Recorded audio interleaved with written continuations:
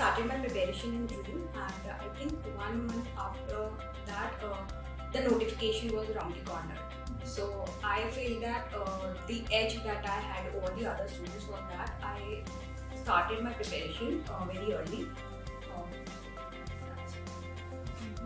So, and also you were working. So, how did you manage the time? Yes, sir.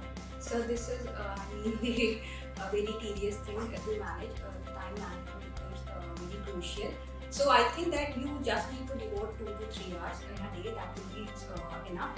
And so 1 hour in morning I used to do the NABARD examination, and 2 hours or sometimes 1 hour in the evening, depending on the scenario and the timing circumstances. So now comes to the preparation part, Yes, phase one preparation. Very general in nature and general awareness. We don't discuss that part. Specifically, student facing the problem this decision making and computer. Yes, sir. Many students are not able to clear the cutoff.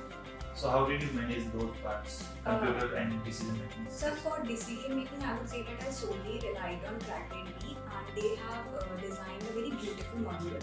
So I would recommend to the students also that they can have a glimpse of that.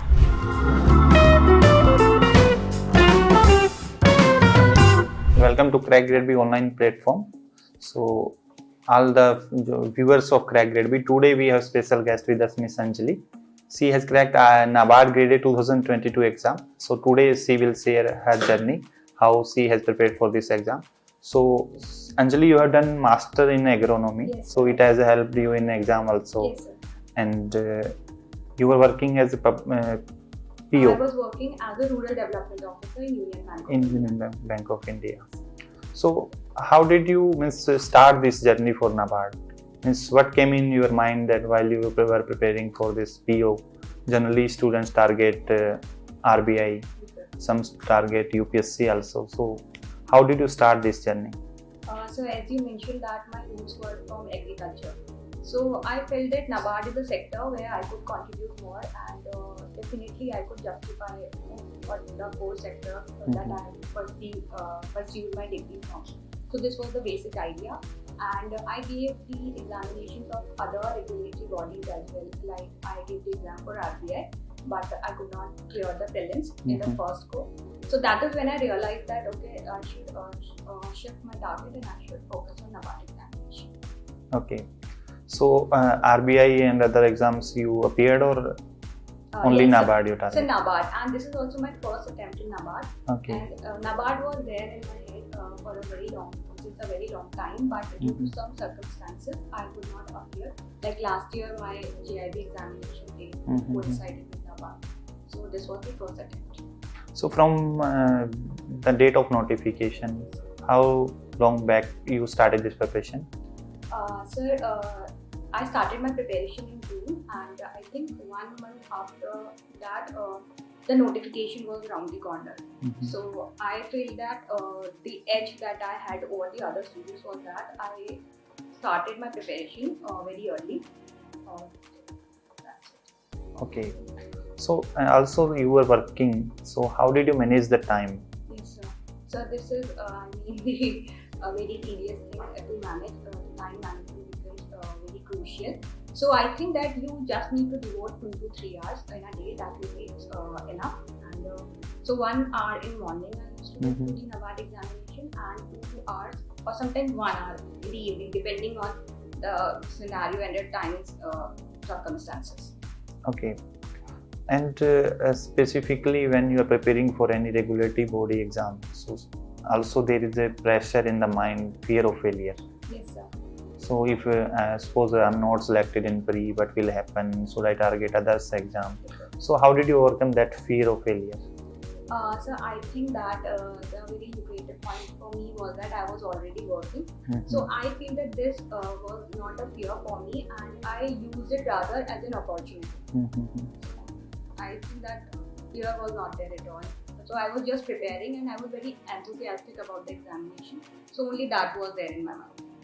And what was your reaction when you saw your final result? Yes, sir. So actually, that day I was sitting in the cash counter. So I was not aware that the results were just announced. And one of the platforms, I got a call from one of the platform where I gave the mock interview of NABARD. So they congratulated me. So I was very happy, and obviously I just got what I wanted. Mhm.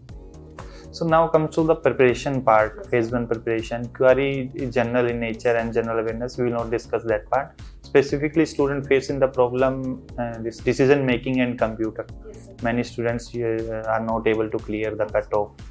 So how did you manage those parts, computer and decision making? So for decision making, I would say that I solely relied on CrackGrade B, and they have designed a very beautiful module. Mhm. So I would recommend to the students also that they can have a glimpse of that. And if you're not confident enough, and if you want to mitigate the risk, you can club it with some other sources that are there in the YouTube channels.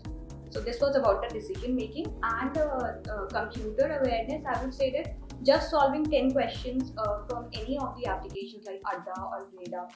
So it will really help you in gaining some confidence. Mhm. So now comes to the ESI ARD part. That is the major part in selection because 100 marks ESI ARD plus GA. Yes. That will decide your selection for the phase 2. And in phase 2 also ESI ARD and English are there. So what strategy you followed specifically for ESI ARD? Okay, so first of all, I would like to discuss about the merit section, that is the GA. So again, for GA, I referred to Affairs Cloud and I clubbed it with CrackGrade B, as I was having a word with you and you told me that the notes of CrackGrade B are very concise and they are very short and crispy. So it will help you in revising all of the current affairs in a short span of time. And then talking about ARD, so ARD was not very difficult for me, as I told you that I have done my specialization from that area only. And for ESI, I would say that PIV is an area where more trust has to be laid. And when talking about CrackGrade B, then they have their PIV compilation and their schemes compilation. So PIV compilation gave me a competitive edge over other students, I would say. And this current affair part, specifically PIB and normal agriculture current affair, generally students are myth, and there are many statements also of the successful candidate in the previous years. One should go for 6 months, 1 year. So how many months you targeted for the current affairs? So frankly speaking, I told you that I started my preparation from June, and I think the PIV portion I completed from there. From that day, I was very regular, like day-to-day basis data I would complete from June, but just 4 months prior to that. As you will not see many questions like from 6 months. Obviously, 1 or 2 questions will be there. Yes. But if you are running out of time, then just you need to stick to 4 months. Yes. So any other strategy for the descriptive specifically you followed, or any other source? Means any book specifically? So descriptive is solely based on practice. The more you will practice, the more risk you are going to mitigate. And so I gave my descriptive examinations in various platforms.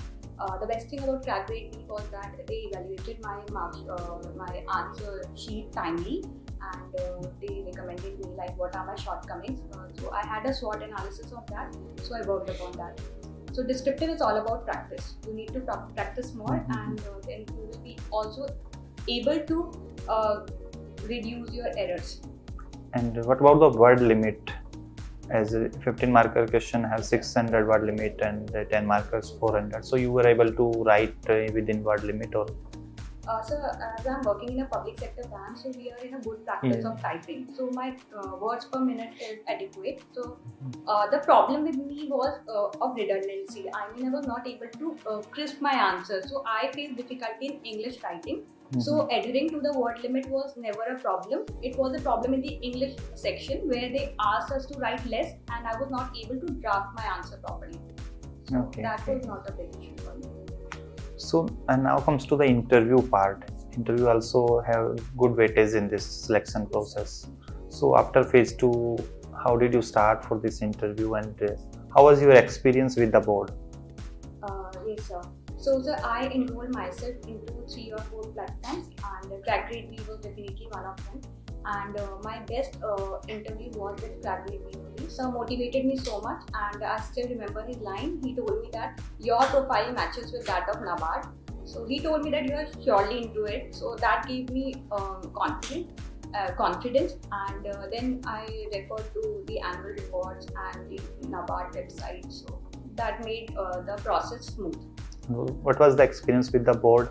The panel members were very cordial, and I think at one or two cases they were not very happy with my answers, but I think that was just to check like what was the confidence level. So I was sticking to what I said earlier. So let's just hope that now my marks are not yet announced, so all depends on like what marks they gave me.